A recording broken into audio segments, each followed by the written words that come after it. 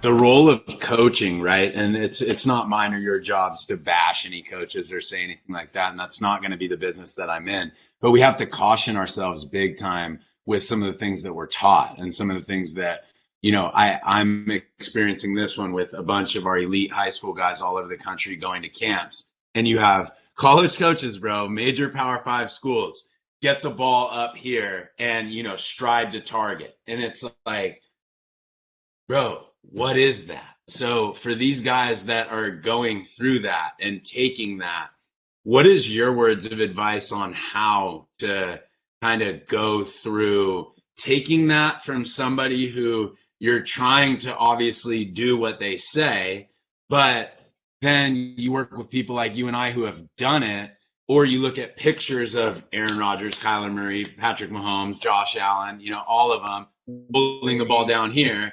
It's like, how do you balance that? What is your thoughts on how you balance that?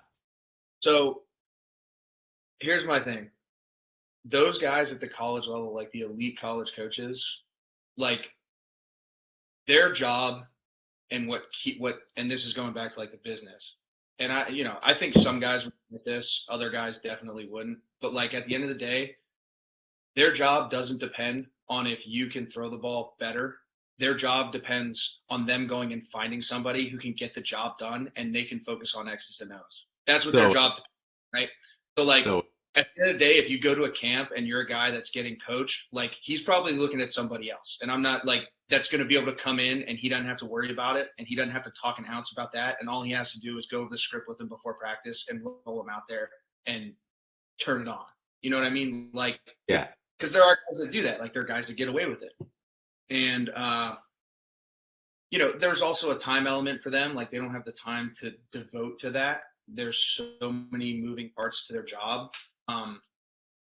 So I just think it's a level of ignorance for them. Like they've gotten so into being film junkies and coaching the offense and mastering that, and like really being a technician in terms of like the mechanics of the position is no longer a job description for them.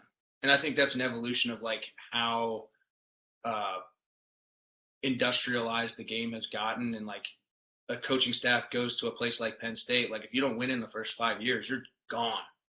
Whereas like back in the day, they would give the guys, a full recruiting class, a full like whole like cycle of guys go through from freshmen to fifth year seniors, and maybe even a little bit more to like get the right culture and build it in. And like, that's what I'm saying. Like it's the time element. So like, I don't really think it's the fault of those guys because they're just trying to eat, right? Like they got to pay the bills. They got to support their family.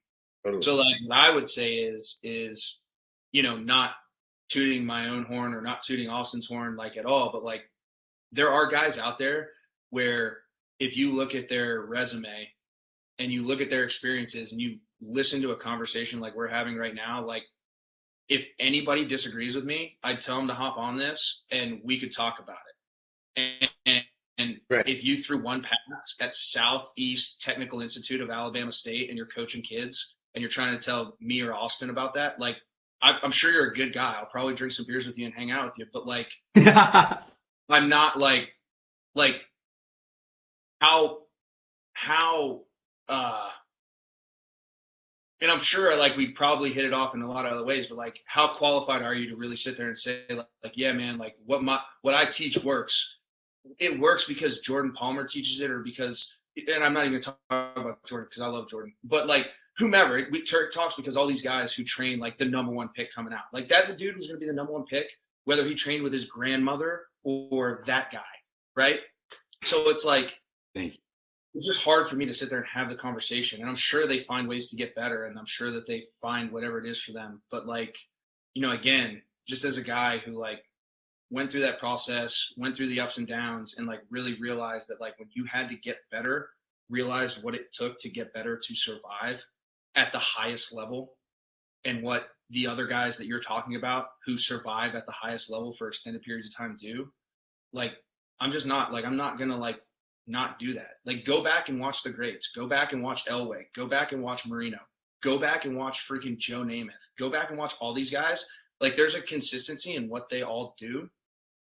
And yeah, they may have been a little longer here and there, but like their technique and how they do things was different than the guys that didn't make it. Ken Stabler, go back and watch that dude. The snake was a beast.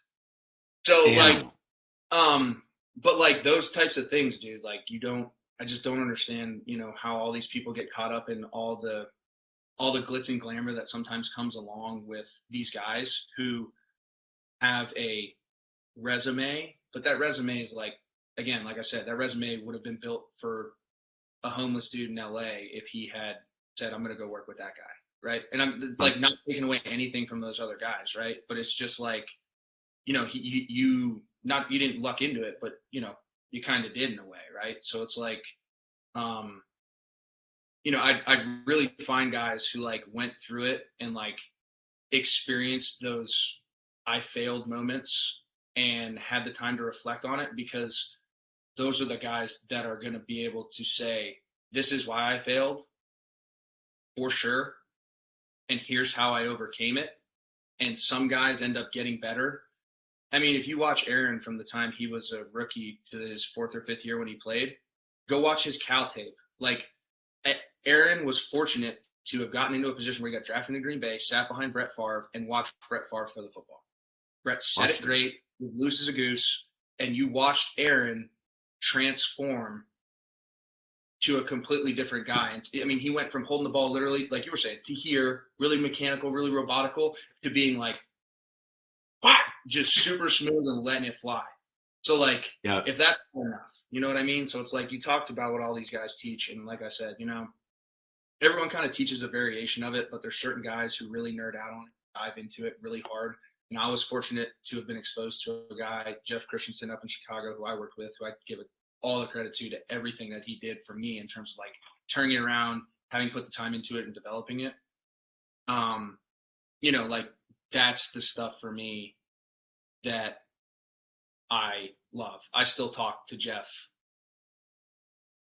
on a very consistent basis. I haven't talked to Jordan in a while. Like, I'm sure if I called him, he'd pick up and we'd BS, but like, that's just my experience. And that's where I come from with it. Like, you got to have guys that have fallen on that sword and realize it. And I think it's coming around, dude. Like, and you and I have talked about this too. Like, I think there's guys who have because there's been so many guys that have had similar experiences. And the more and more the information comes out, and like we talked about, like the more and more the game changes and the more you see guys who are big, long, fail consistently. Right. You're going to start seeing a narrative change, right? Like,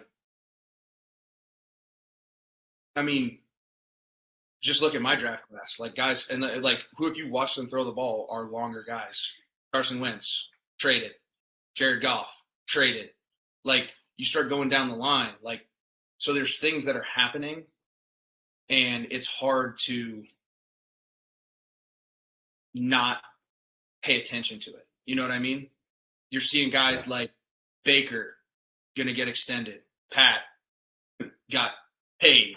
You know what I mean? And the other guys that have consistently been successful in the league, the Bradys, the Rodgers, the Drew Brees, even Phillip Rivers, as goofy as he was, like, was still so solid with his feet and how he did things. Like, the guys who made it do it a certain way, and like, why try and reinvent the wheel?